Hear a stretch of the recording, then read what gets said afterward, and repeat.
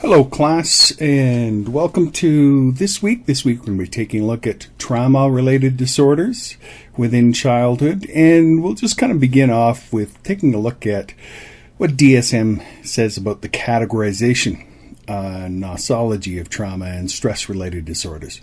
So, according to the DSM, it really considers psychological disturbances associated with exposure to stressful and traumatic events in a general category that is called trauma and stress-related disorders. Imagine that.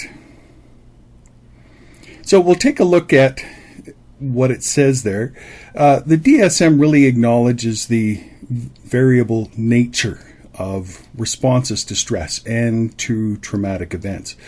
And these responses can range from becoming angry and having aggressive symptoms to symptoms of dissociation, what we would sometimes call multiple personality, that's dissociation, or a rise in anxiety or even depression. And accordingly, trauma and stressor-related disorders are clearly associated with exposure to a stressful or traumatic event. But it varies significantly in their expression, whether this is through the internalizing of symptoms such as withdrawal behaviors or externalizing symptoms such as aggression.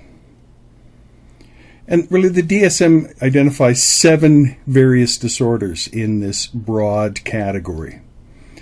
And these include reactive attachment disorder, disinhibited social engagement disorder, post-traumatic stress disorder, acute stress disorder, and adjustment disorders. And events that might result in trauma are as varied really as the possible responses. And among the most researched events are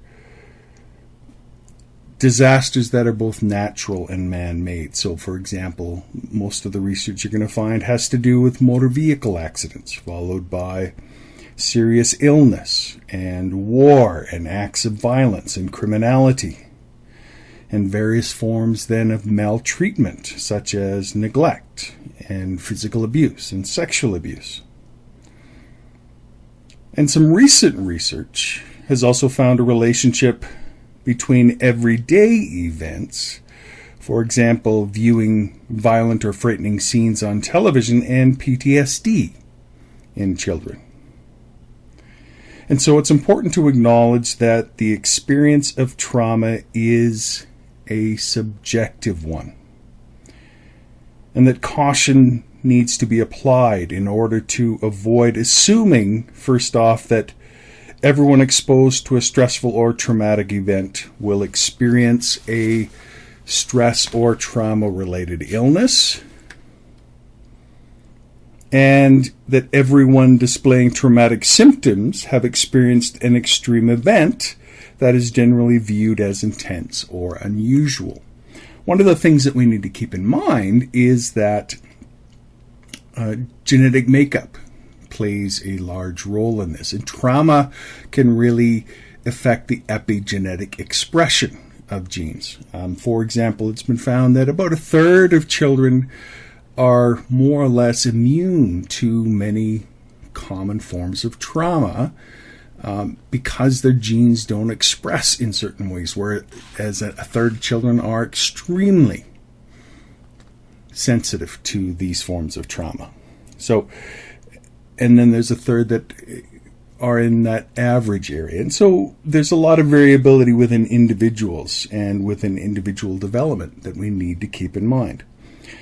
One of the disorders that I want to highlight today, though, is dissociative disorders.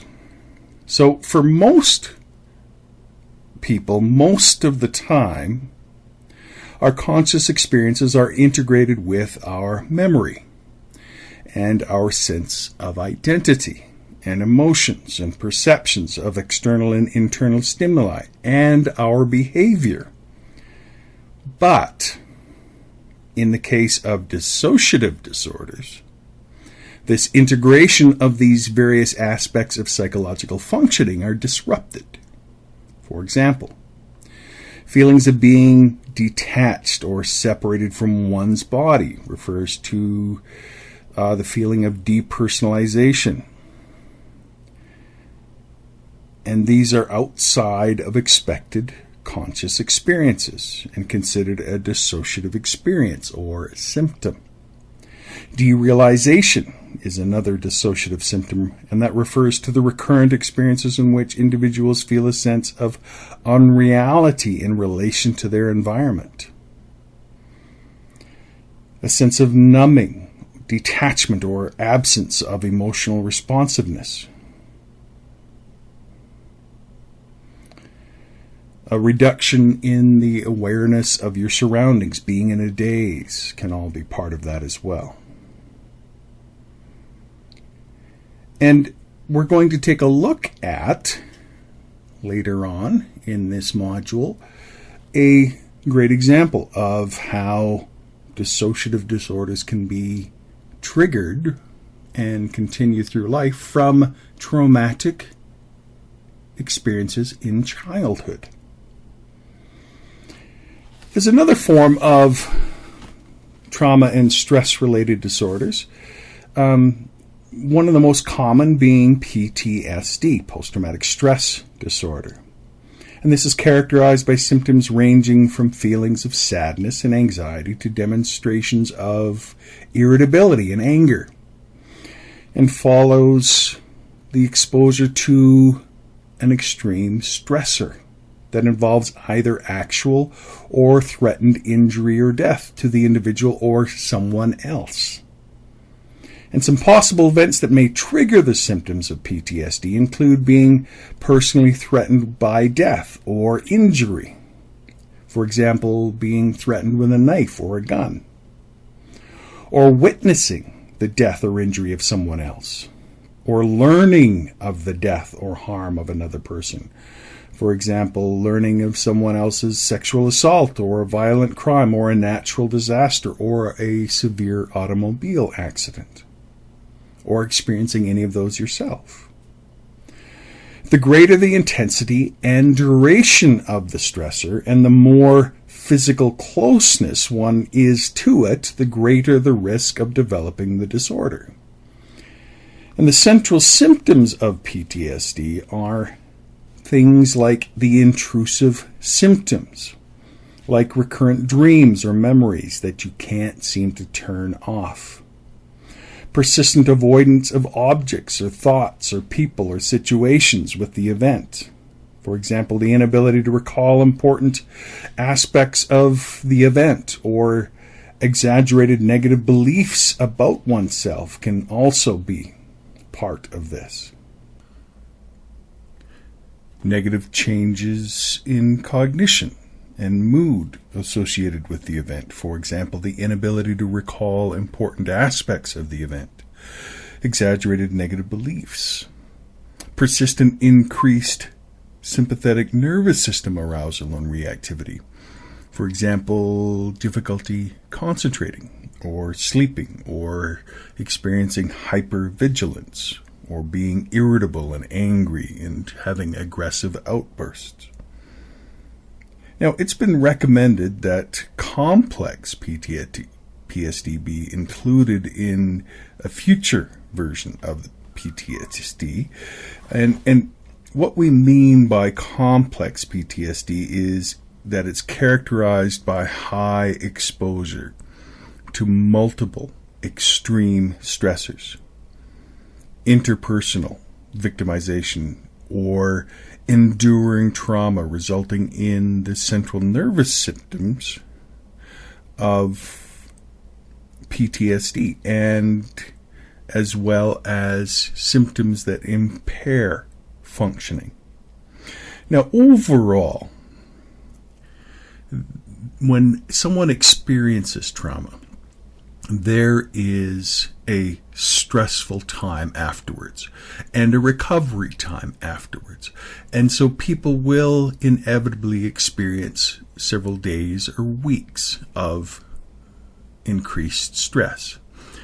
The difference is that in PTSD, those experiences continue on, whereas in just managing and processing stress in a healthy manner, you go through a phase of recovery and then you come out the other side. And one of the key aspects of this seems to be the processing of the memories of the event within the 18 hours after the event. And we'll get into that a little bit later. Now, with the onset of PTSD symptoms, they typically occur within 3 months of exposure to the extreme stressor. However, the DSM acknowledges that symptoms may not appear for months or years afterwards. Accordingly, PTSD with delayed expression is the term used to refer to cases in which symptoms aren't observed until after or at least 6 months following the trauma. And so the DSM-5 also lists a subtype of PTSD that includes dissociative symptoms like depersonalization, derealization. And specifically, the diagnosis PTSD with dissociative symptoms is applied in cases where the criteria for PTSD are met and dissociative symptoms, not better explained by substance use or other medical conditions, are present. So there's lots of interplay and comorbidity that seems to take place with trauma and stress-related issues. Now, having said that, how do we deal with the prevention of PTSD and recovery? Well, there has been some good research done out of Israel by the neuroscientist Joseph Zohar in taking a look, and his teams taking a look at motor vehicle accidents and war trauma. And what he's found is that the best way to prevent PTSD from single incident stressors is to normalize experience immediately after the trauma and to prevent a person going to sleep for ideally between 12 and 18 hours after the stressor.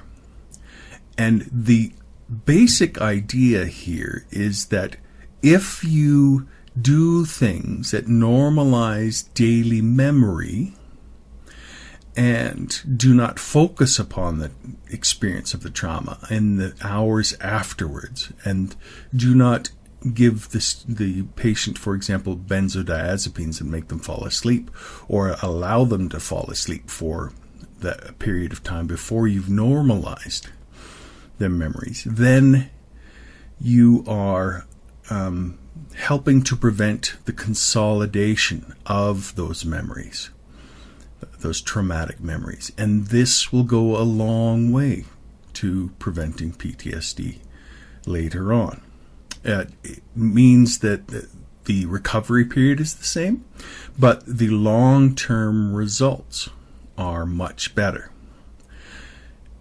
So that's something to keep in mind. Rather than having someone focus on and recount their experiences to consolidate their experiences right afterwards, it seems to be better to ignore them for the 12 to 18 hours before the person falls asleep, and then the next day, if you are going to require recounting, to have it be the day after.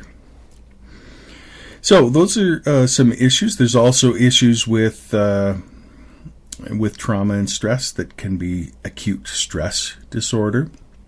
And the DSM really distinguishes between PTSD and acute stress disorder, because the acute stress disorder is characterized by symptoms similar to PSD, specifically following the exposure to the extreme stressor, with one experiencing intrusive symptoms, negative mood, dissociative symptoms, avoidance symptoms, and arousal symptoms. But despite the similarity of symptoms, acute stress disorder is distinct from PTSD with respect to time, and that's what I've been talking about.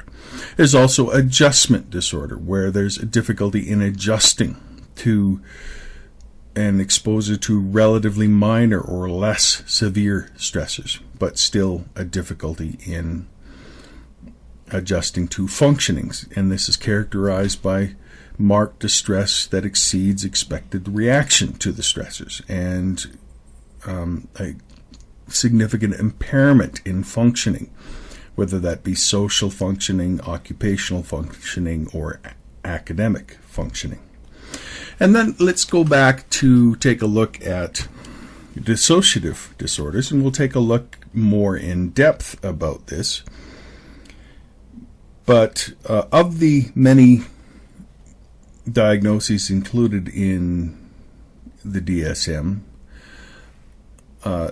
with dissociative disorder, we can really consider three of the various types of dissociative disorders to be encountered within the field. The first one being dissociative identity disorder.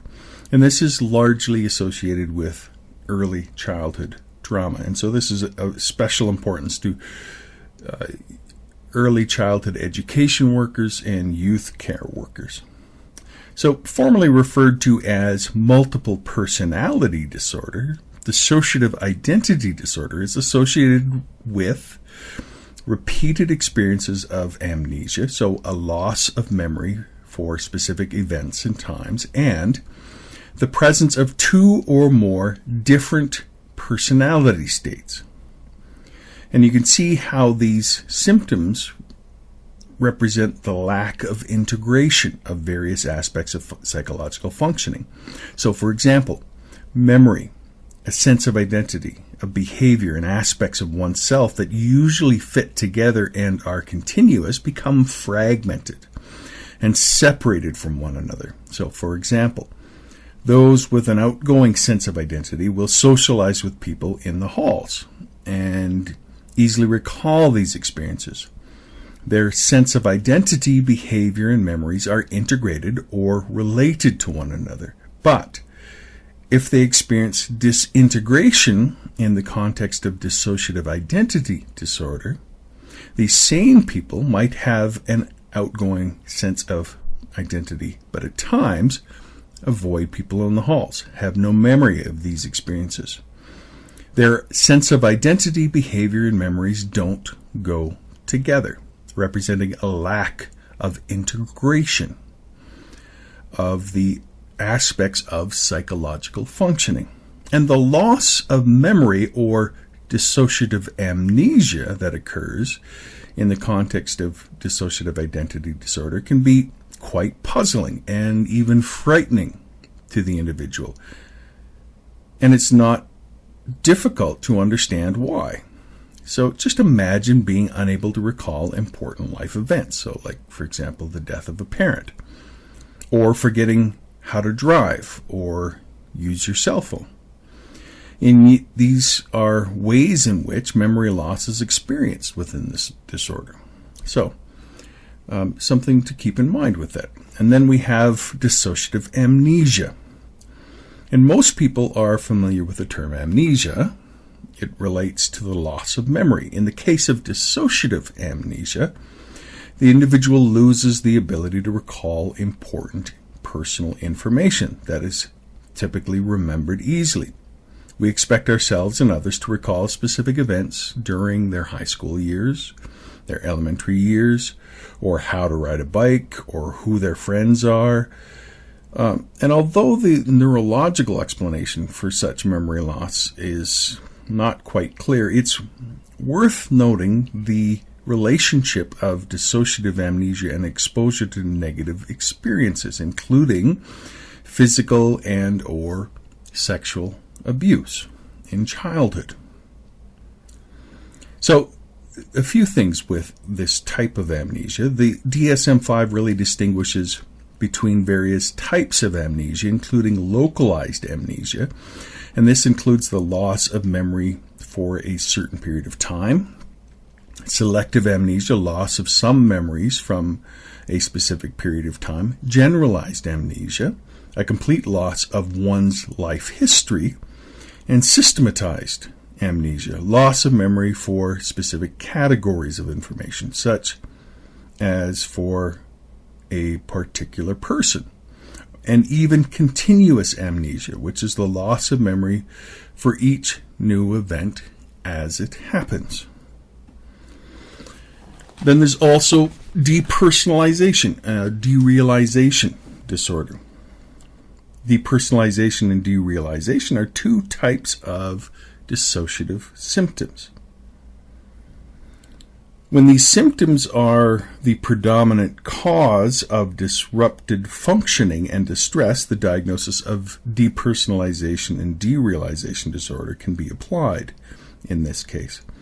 And although experiences of unreality and detachment with respect to one's body and sensations, so the depersonalization as well as experiences of unreality and attachment in relation to one's environment, derealization, can occur in the context of PTSD and other trauma and stress-related disorders.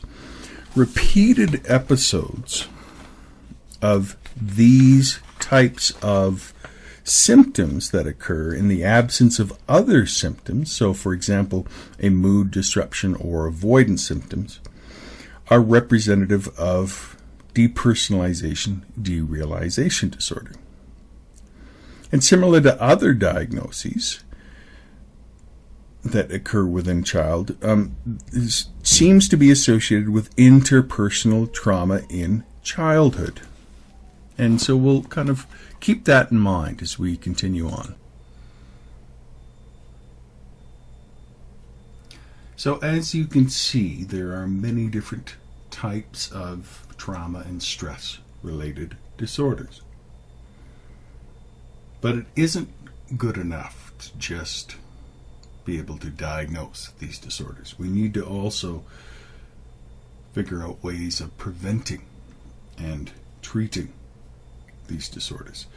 Now, aside from trying to minimize the exposure of children and youth to such traumatic events, there really comes the question of what can be done to help children and youth avoid the negative consequences of trauma. And so we'll take a look at the various approaches and perspectives and paradigms for treatment. Now, one of the biggest treatments for things like PTSD are biological treatments.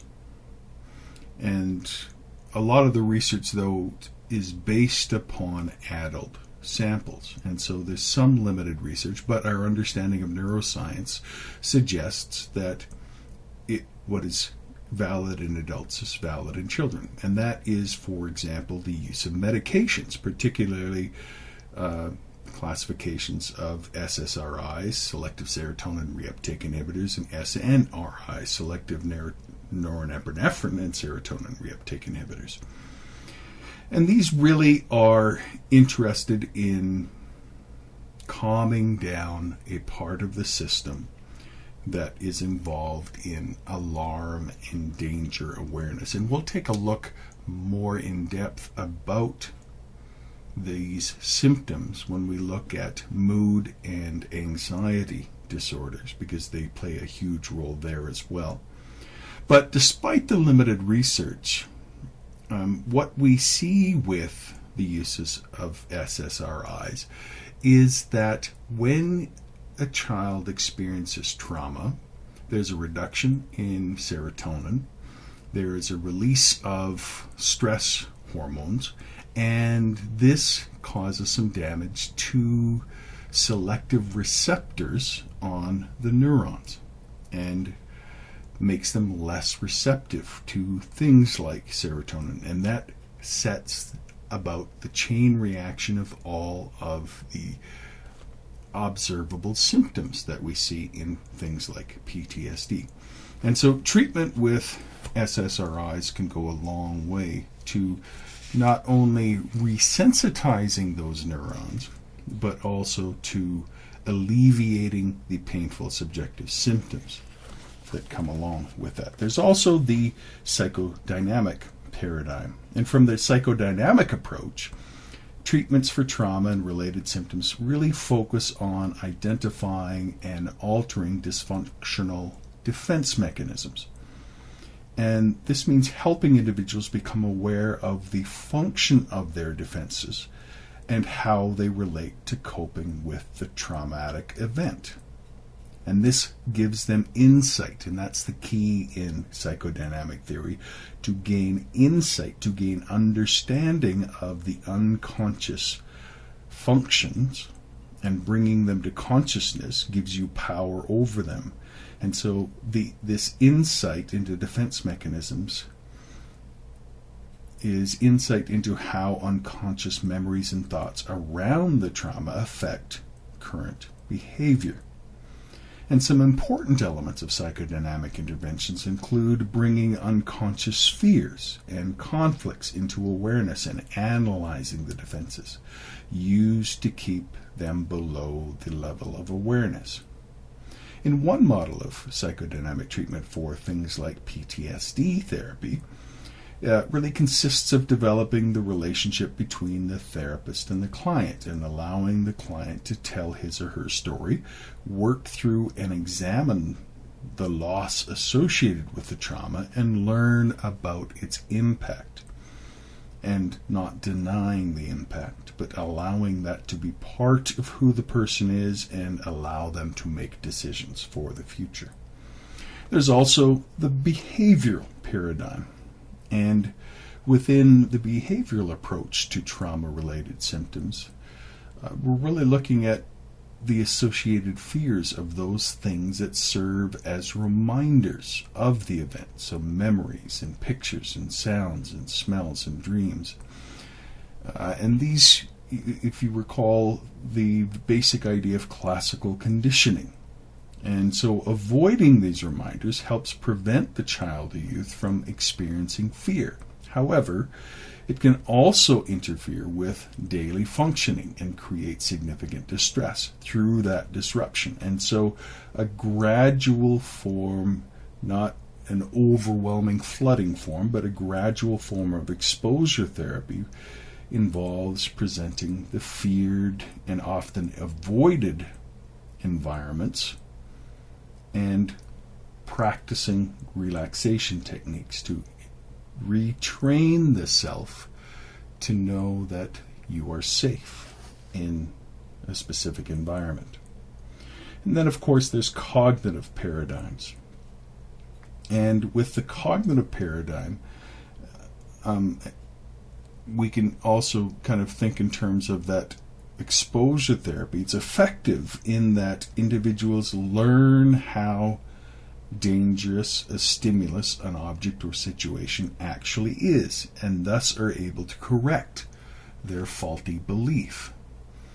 And so this involves cognitive restructuring, where we're aiming to help the child identify distorted assumptions and schemas associated with the traumatic event, and to consider their truth, their validity, and then to practice replacing them with a more balanced, accurate belief. So, to avoid extreme beliefs like no one can ever be trusted, and replace that with, well, a lot of people can be trusted a lot of the time, and we just need to be discriminating when we are interacting with people in order to ensure that we take care of ourselves, but also are living in a world where we can trust people. So there's lots of different approaches that can take place. Some other things that can take place from the perspective of early childhood education and child and youth care practice are strength-based relational programs. So ensuring that you have information about the trauma, that you've assessed what's going on with the child, but then helping to identify the strengths and gifts that the child has so that you can work with those and develop those and overcome any relational difficulties and affective struggles. So strengthening sense of attachment and affect regulation and dissociation and building positive cognitive processing skills, so being able to interpret things in a positive way and being able to develop a personal self-concept that is positive are all important within working with children. And all of these are valuable interventions that can go a long ways to improving the life of the child. So it's not just medication that will do the trick. It is the wraparound approach of evaluating specific aspects of thinking and practice and affect and behavior and practicing positive skills of functioning. And this can take place in positive, caring environments that go a long way to supporting and helping the child. And we'll stop our class here. You take care. Bye-bye.